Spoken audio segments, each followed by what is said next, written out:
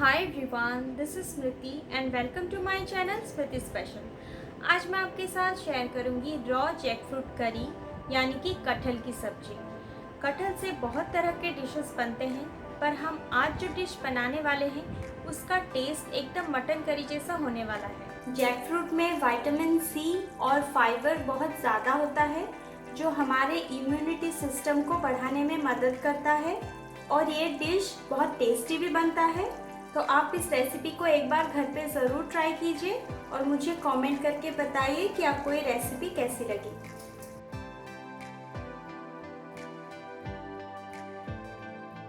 तो चलिए शुरू करते हैं आज की रेसिपी। जैकफ्रूट करी बनाने के लिए मैंने लिया है 400 ग्राम जैकफ्रूट। इसको मैंने अच्छे से धो के इसको स्क्वायर्स में कट कर लिया है। और मैंने लिया है 2 मीडियम साइज के पोटैटो, इसको भी मैंने उसी शेप में कट कर लिया है। और हमें चाहिए 1 मीडियम साइज के अनियन को फाइनली चॉप कर लें, चॉप धनिया,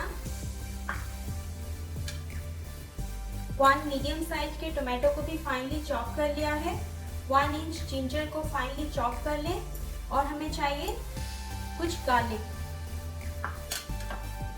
और मैंने लिया है half teaspoon cumin seed, bay leaves, cinnamon stick, 2 छोटी इलायची, 4 से 5 ब्लैक पेपर और 3 लौंग। और हमें चाहिए garam masala powder, Kashmiri red chilli powder, हल्दी, सॉल्ट,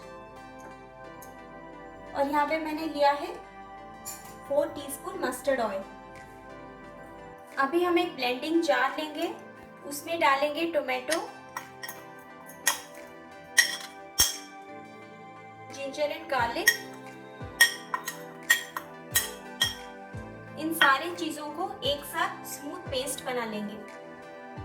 अभी उस पेस्ट को मैंने एक प्लेट में ट्रांसफर कर लिया है। अभी हम एक कुकर लेंगे, उसमें ये सारी चीजें डाल देंगे, जैकफ्रूट और पोटैटो। अभी इसमें थोड़ा सा पानी डालेंगे, 1 कप। इसमें डालेंगे half tea spoon salt and half teaspoon हल्दी। अभी हम इसको मीडियम फ्लेम में 1 सीटी आने तक कुक करेंगे। अभी मैंने बॉइल्ड जैकफ्रूट को एक बर्तन में निकाल लिया है। अभी हम इसका करी बनाएंगे। अभी मैंने कढ़ाई को अच्छे से गरम कर लिया है। अभी हम इसमें ऑयल डालेंगे।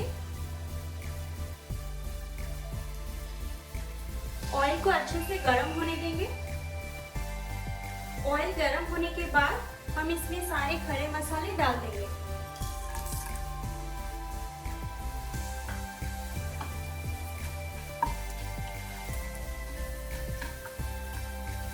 अभी इसमें डालेंगे चॉप्ड अनियन,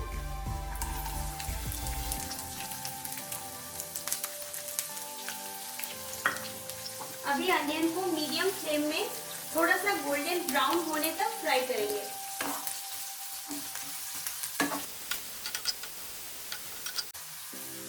अभी अनियंस थोड़ा सा गोल्डन हो गया है।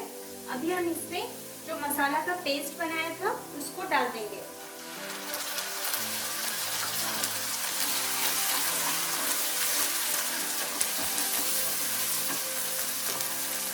अभी इसमें डालेंगे हाफ टी स्पून हल्दी, 1 teaspoon Kashmiri red chilli powder. इसको अच्छे से मिक्स कर लेंगे। अभी इसको लो फ्लेम में 4 से 5 मिनट तक फ्राई करेंगे। अभी मसाला थोड़ा सा ड्राई हो चुका है। अभी हम इसमें थोड़ा सा पानी डालेंगे, हाफ कप, और इसको और 4 से 5 मिनट के लिए लो फ्लेम में कुक करेंगे, जब तक मसाले का रॉ स्मेल नहीं जाता। अभी 4 से 5 मिनट हो गया है और मसाला भी अच्छे से फ्राई हो चुका है। अभी हम इसमें बॉइल्ड जैकफ्रूट ऐड करेंगे।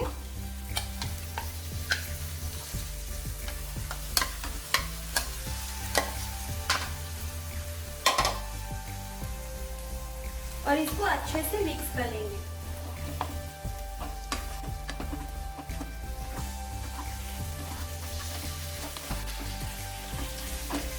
अभी हम इसको और 4 से 5 मिनट के लिए ऐसे ही लो फ्लेम में फ्राई करेंगे ताकि जैकफ्रूट के अंदर सारे मसालों का फ्लेवर अच्छे से जा सके।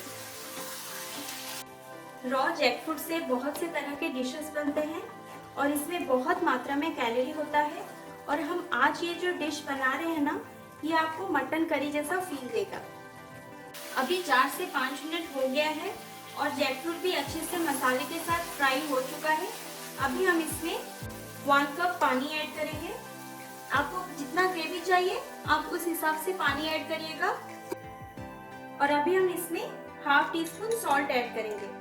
हमने सॉल्ट पहले भी दिया था, अब उस हिसाब से सॉल्ट ऐड करिएगा। इसको अच्छे से मिक्स कर लेंगे। अभी इसको 1 से 2 मिनट के तक बॉईल आने तक इसको कुक करेंगे। इसमें अच्छे से बॉईल आ चुका है। अभी हम डालेंगे इसमें हाफ टी स्पून गरम मसाला पाउडर और डालेंगे कुछ चॉप धनिया। अभी इसको अच्छे से मिक्स कर लेंगे। अभी फ्लेम को बंद कर देंगे और इसे सर्व करेंगे। जैकफ्रूट करी को मैंने सर्व कर दिया है। आप इसको गर्मा गर्म राइस के साथ या फिर रोटी और पराठे के साथ भी ले सकते हैं।